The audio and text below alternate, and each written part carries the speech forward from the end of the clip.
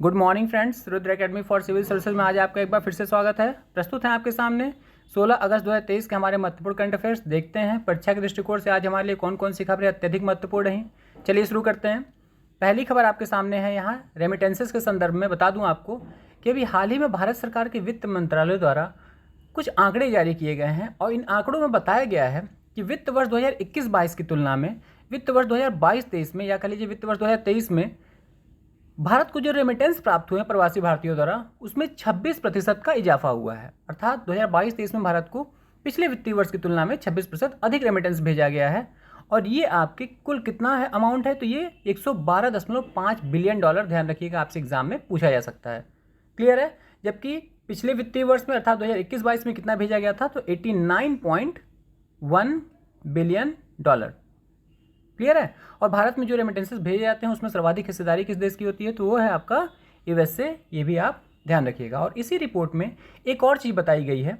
इस रिपोर्ट में बताया ये गया है कि भारत में 2022-23 में जो एफडीआई आया है, फॉरेन डायरेक्ट जो इन्वेस्टमेंट आया है, अर्थात प्रत्यक्ष विदेशी निवेश जो आया है, वो आपका पिछले वित्तीय वर्ष अर्थात 2021-22 की तुलना में उसमें कमी देखी गई है। क्लियर है। कितना आया है, तो एफडीआई हमारा 2022-23 में रिसीव हुआ है 70.97 बिलियन डॉलर। जबकि पिछले वित्तीय वर्ष में जो हमारा एफडीआई था वो आया था 84.8 बिलियन डॉलर। तो एफडीआई में कमी हुई है जबकि रेमिटेंसेस में वृद्धि हुई है। तो ये हमारे लिए रेमिटेंसेस में वृद्धि हमारे लिए अच्छा संकेत है। क्लियर है।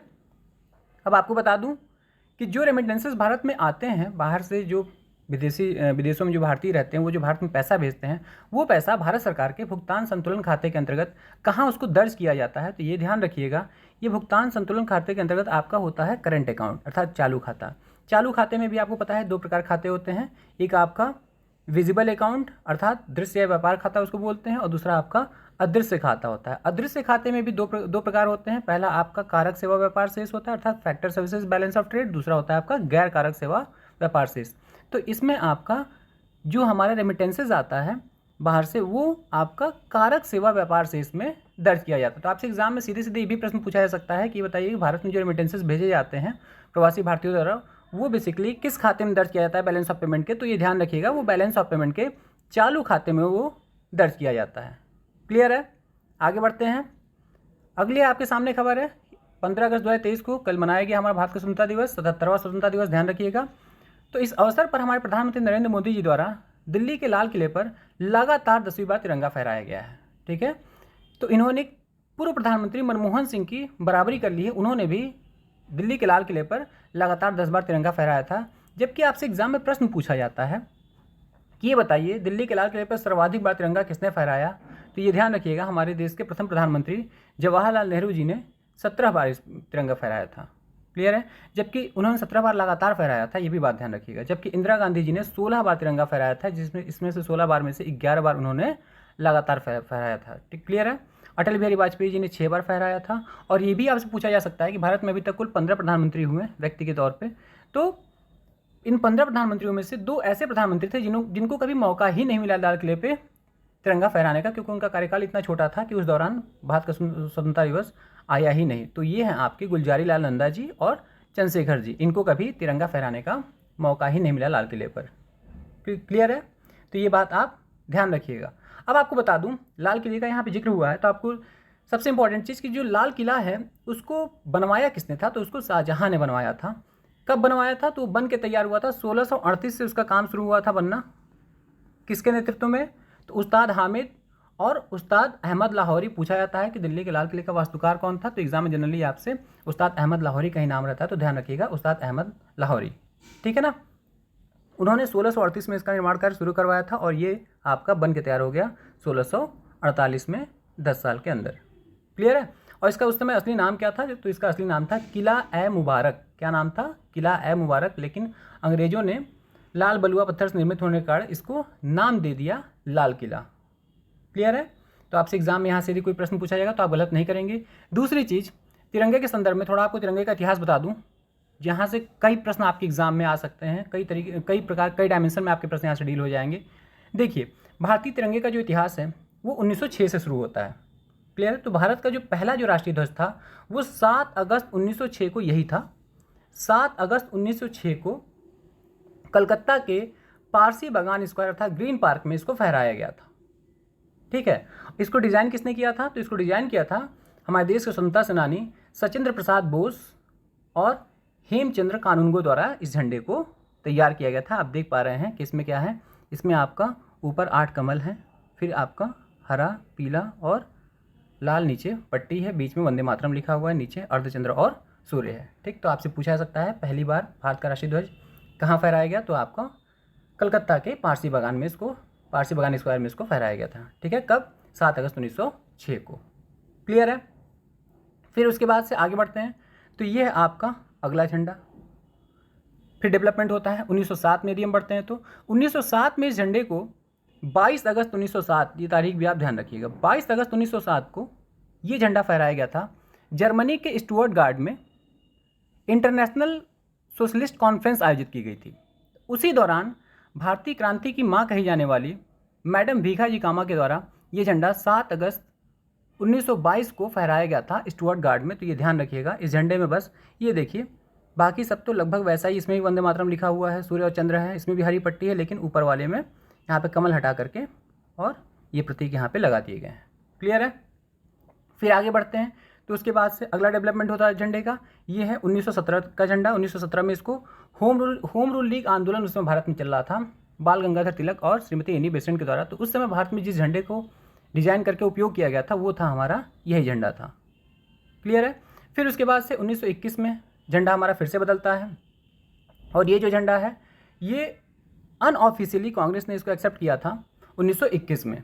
और इस झंडे को आंध्र प्रदेश के एक युवक ने इसको डिज़ाइन किया था और गांधी जी को सौंपा था। ठीक है, लेकिन जब उन्होंने इस झंडे को डिज़ाइन किया था तो उसमें केवल आपका हरा और लाल रंग था। और 1921 में जब ये झंडा डिज़ाइन किया गया तो आपको पता है कि उस समय भारत में असहयोग आंदोलन चल रहा था। तो उस समय जो हरा आपका रंग था वो आपका ये मुस्लिम समुदाय, जबकि जो आपका लाल रंग था ये हिंदू समुदाय का प्रतीक था। लेकिन एक व्यक्ति थे हंसराज जी, उन्हीं के कहने पे महात्मा गांधी ने इसमें एक चरखा और ऊपर ये सफ़ेद रंग की पट्टी है, ठीक है ना, उन्होंने एक चरखा और इसमें सफ़ेद पट्टी को भी जोड़ दिया। लेकिन ये अनऑफिशियल झंडा था, फिर ये यूज़ होता रहा। फिर उसके बाद से जो हमारा वर्तमान जो झंडे का स्वरूप है उसकी जो आधारशिला मूलतः रखी गई ये आपकी 1931 में, और यही एग्जाम में प्रश्न पूछा जाता है।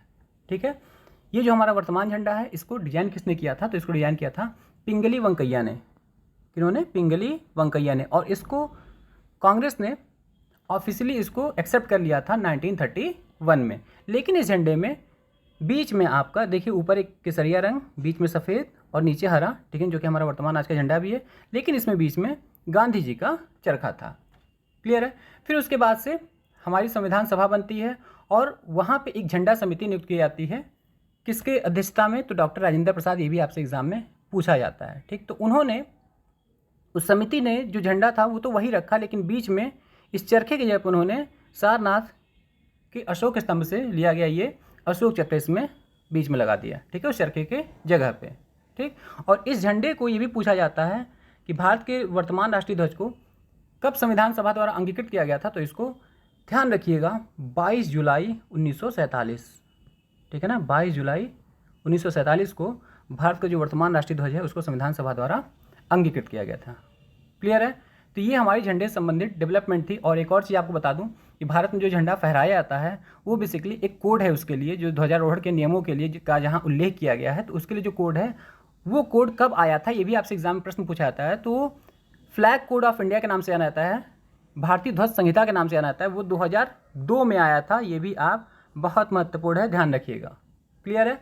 और जो हमारा झंडा है उसकी लंबाई चौड़ाई का अनुपात क्या होता है? तो उसकी लंबाई चौड़ाई का अनुपात इसी फ्लैग कोड में दिया गया है, 3:2 का रेशियो होता है उसमें। ठीक है, लंबाई 3:2 का, चौड़ाई 2। ठीक, तो 3:2 का उसमें अनुपात होता है। क्लियर है? तो यहाँ से आपसे कोई भी प्रश्न एग्जाम में पूछा जाए तो आप गलत नहीं करेंगे। ठीक है, आगे बढ़ते हैं। अगली खबर आपके सामने है, हाल ही में लंदन में आयोजित महिला ओपन गोल्फ टूर्नामेंट के संदर्भ में बता दूं आपको कि दीक्षा डागर भारत की प्रसिद्ध महिला गोल्फर हैं। इन्होंने इस टूर्नामेंट में संयुक्त रूप से 21वां स्थान ग्रहण किया है, मतलब पाया है। ठीक, 21वां स्थान संयुक्त रूप से क्या मतलब है? मतलब इनके अलावा जो दूसरे देशों के कुछ अन्य खिलाड़ी भी हैं उन्होंने भी इस प्रतियोगिता में इनके साथ ही इनके बराबर स्कोर अंकित करके उन्होंने भी इनके साथ ही 21वां स्थान ही अर्जित किया है। ठीक है ना, लेकिन इसके साथ ही इन्होंने किसी भी मेजर गोल्फ टूर्नामेंट में सर्वश्रेष्ठ प्रदर्शन करने वाली भारतीय महिला गोल्फ खिलाड़ी का रिकॉर्ड अपने नाम कर लिया है। ठीक है, इसके पहले ये रिकॉर्ड किसके नाम था? तो भारत की प्रसिद्ध महिला गोल्फर हैं जो किसी टूर्नामेंट में संयुक्त रूप से 40वें स्थान पर रहीं, वो है अदिति अशोक। आप सब परिचित होंगे। ठीक है, तो अदिति अशोक का इन्होंने 2018 का रिकॉर्ड तोड़ा है। 2018 में अदिति अशोक इसी प्रतियोगिता में संयुक्त रूप से 22वें स्थान पर रही थी। क्लियर है?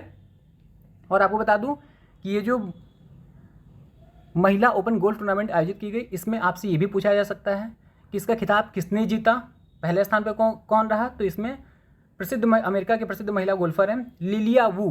ध्यान रखिएगा, क्या नाम है? लिलिया वू। ठीक है ना? लिलिया वू ने महिला ओपन गोल्फ का खिताब यहाँ पे अपने नाम कर लिया है। क्लियर है? ये बात आप ध्यान रखिएगा। ठीक है, और आपको बता दूं एक और महत्वपूर्ण खबर कि खबर क्या, वो आपका स्टैटिक जी के ही है कि स्कॉटलैंड, ध्यान रखिएगा। ठीक है ना, स्कॉटलैंड एकमात्र ऐसा देश है जिसका कि नेशनल गेम क्या है? इसका नेशनल गेम गोल्फ है। क्लियर है? क्यों? क्योंकि गोल्फ का जो ओरिजिन है वो 15वीं शताब्दी में स्कॉटलैंड में ही हुआ था। ठीक है, तो ये ध्यान रखिएगा। अगली खबर, आगे बढ़ते हैं। 14वें इंडियन फिल्म फेस्टिवल के संदर्भ में, जो कि अभी हाल ही में मेलबर्न में आयोजित की गई, अभी आयोजन उसका हो ही रहा है। तो उसमें कुछ भारतीय फिल्मों को, जो कि क्या कहते हैं, उनको विभिन्न कैटेगरीज में उनको पुरस्कृत किया गया है। तो आपको बता दूं इसमें बेस्ट फिल्म का पुरस्कार किसको मिला है? ढेर सारे पुरस्कार मिले हैं, लेकिन हमारे लिए जो महत्वपूर्ण है, मैं केवल यहाँ पे वही आपसे बताऊंगा कि जो बेस्ट फिल्म का जो अवार्ड मिला है वो सीतारामम को मिला है। ये देखिए, ये मूवी है सीतारामम। ठीक है ना, ये बेसिकली तेलुगु की मूवी है जिसका निर्देशन किसने किया है? हनु राघवपुड़ी ने किया है। तो इसको बेस्ट फिल्म का अवार्ड मिला है, ये आपसे एग्जाम में पूछा जा सकता है। जबकि सर्वश्रेष्ठ हिंदी फिल्म का अवार्ड किसको मिला है? तो आगरा को मिला है, ये हिंदी फिल्म है। क्लियर है? जबकि बेस्ट डॉक्यूमेंट्री का अवार्ड, तो ये आपका टू किल अ टाइगर को मिला है बेस्ट डॉक्यूमेंट्री का अवार्ड। जबकि बेस्ट वेब सीरीज का या वेब सीरीज का अवार्ड किसको मिला है? तो ये जुबली को मिला है। क्लियर है? तो फ्रेंड्स, वीडियो अच्छी लगे तो प्लीज़ लाइक करिएगा, शेयर करिएगा अपने दोस्तों और मित्रों में। यदि आपने चैनल को सब्सक्राइब नहीं किया होगा तो सब्सक्राइब करना ना भूलिएगा। Thank you for watching this video. Thank you.